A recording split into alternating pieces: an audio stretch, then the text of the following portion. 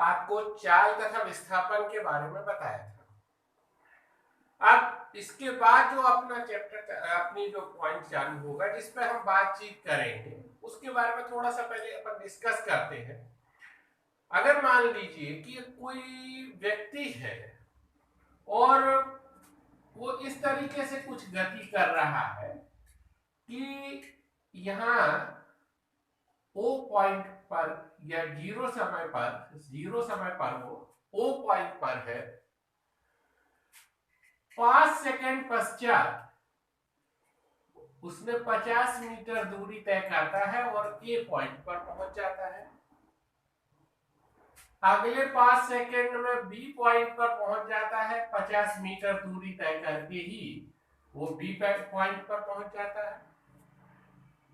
अगले 5 सेकंड में फिर 50 मीटर दूरी तय करके वो सी पॉइंट पर पहुंच जाता है और अगले 5 सेकंड में फिर 50 मीटर दूरी तय करके डी पॉइंट पर पहुंच जाता है। यानी मिस्टर एक्स जो है वो हर 5 सेकंड में 50 मीटर की दूरी तय कर रहे हैं। ओ से स्टार्ट होते हैं, 5 सेकंड पश्चात 50 मीटर की दूरी तय करते हुए ए पर पहुंच जाते हैं। फिर अगले 5 सेकंड में बी पर पहुंच जाते हैं, जो भी दूर और तय की गई दूरी 50 मीटर ही रहती है। इस तरीके से हर 5 सेकंड के अंतराल में वो 50 मीटर की दूरी तय कर रहे हैं। इसका मतलब हम यूं कह सकते हैं कि समान 5 सेकंड, देखिए हर बार 5 सेकंड का अंतराल ले रहे हैं, तो ये हो गया समान समय अंतराल।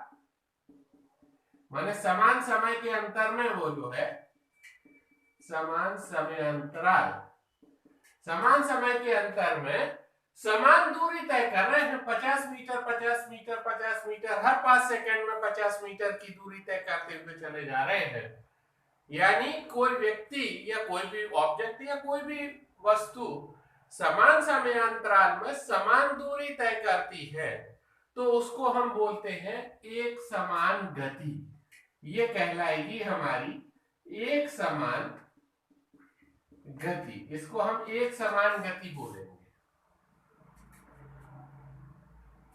और अगर ऐसा नहीं होता है तो मान लो कि समय अंतराल वही है, 5 सेकंड का है और यहाँ ओ से ए तक आने में उसने 5 सेकंड में 60 मीटर की दूरी तय की, अगले 5 सेकंड में 20 मीटर की दूरी तय की, फिर अगले 5 सेकंड में 80 मीटर चला गया, फिर अगले 5 सेकंड में 20 मीटर चला।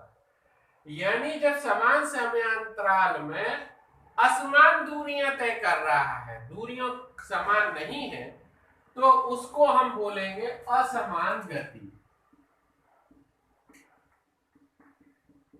ये असमान गति कहलाएगी।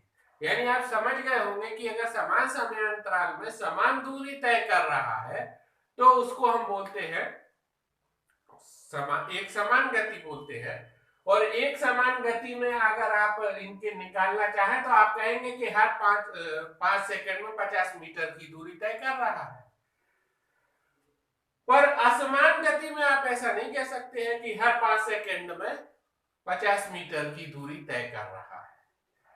तो इन चीजों को जैसे अब अपन को अब कोई कहे कि बताइए भाई, जब वो चला जा रहा है कि 50 मीटर, एक 5 सेकंड में 50 मीटर चल रहा है, कभी 5 सेकंड में 60 मीटर चल रहा है, कभी 5 सेकंड में 75 मीटर चल रहा है, कभी 20 मीटर ही चल रहा है, तो आपको एक एवरेज या एक औसत गति निकालनी हो तो आप क्या करेंगे? तो अगर हमको ये पता है कि समय अंतराल पता है और उसके द्वारा तय की गई दूरियां पता है, तो फिर औसत चाल निकालने के लिए हम इसमें औसत चाल बराबर होता है, औसत चाल बराबर कुल तय की गई दूरी बटे कुल समय अंतराल।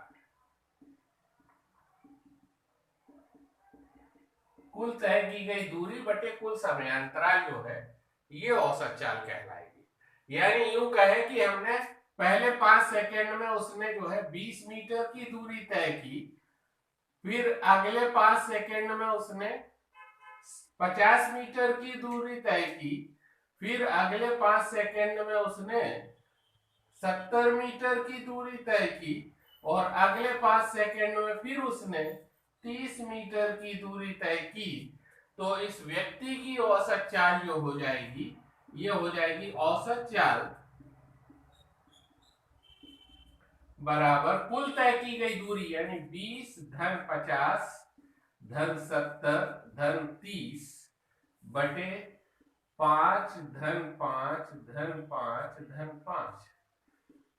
तो ये हो गया 10 5 15 और 2 17, 170 बटे 20 यानी 17 बटे 2 मीटर प्रति सेकेंड। ये इसकी औसत चाल हो गई। अच्छा, इससे अपन ये भी देख सकते चाल को जो है, यहां पर एक चीज और रह गई अपनी, पहले अपन को वो देखना थी कि जो अगर मान लीजिए कि जो 50 मीटर की दूरी ये तय कर रहा है, 50 मीटर की दूरी बराबर 5 सेकंड में तय कर रहा है, तो 1 सेकंड में इसके द्वारा तय की गई दूरी कितनी होगी, ये अगर हमको ज्ञात करनी है तो 50 मीटर 5 सेकंड में, तो 1 सेकंड में 10 मीटर। तो इकाई समय में चली गई दूरी को इकाई समय में चली गई दूरी को चाल कहते हैं।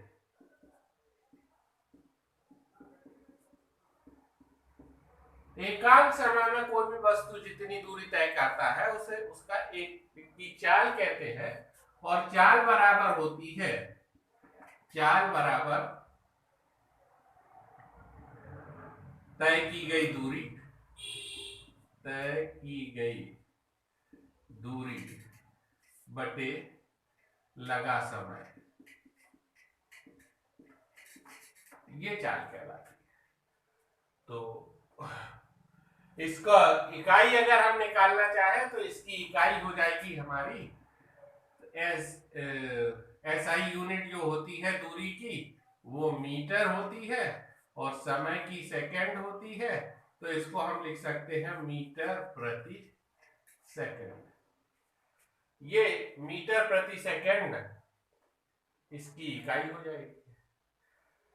तो चाल जो हो गई हमारी, ये हो गया कि किसी इकाई समय में चली गई दूरी या एकांक समय में चली गई दूरी को हम चाल कह सकते हैं। पर अगर चाल के साथ या इसमें तय की गई दूरी के साथ अगर दिशा की भी बात की जाए, इसमें दिशा को अगर जोड़ दिया जाए, तो फिर उसको क्या बोलेंगे हम भाई, जैसे अपन ने उसमें पढ़ा था इसके पहले कि जब हम दूरी की चर्चा करते हैं तो दूरी में हमेशा धनात्मक होती है और कोई उसमें दिशा पे ध्यान नहीं देते हैं हम, अदिश राशि।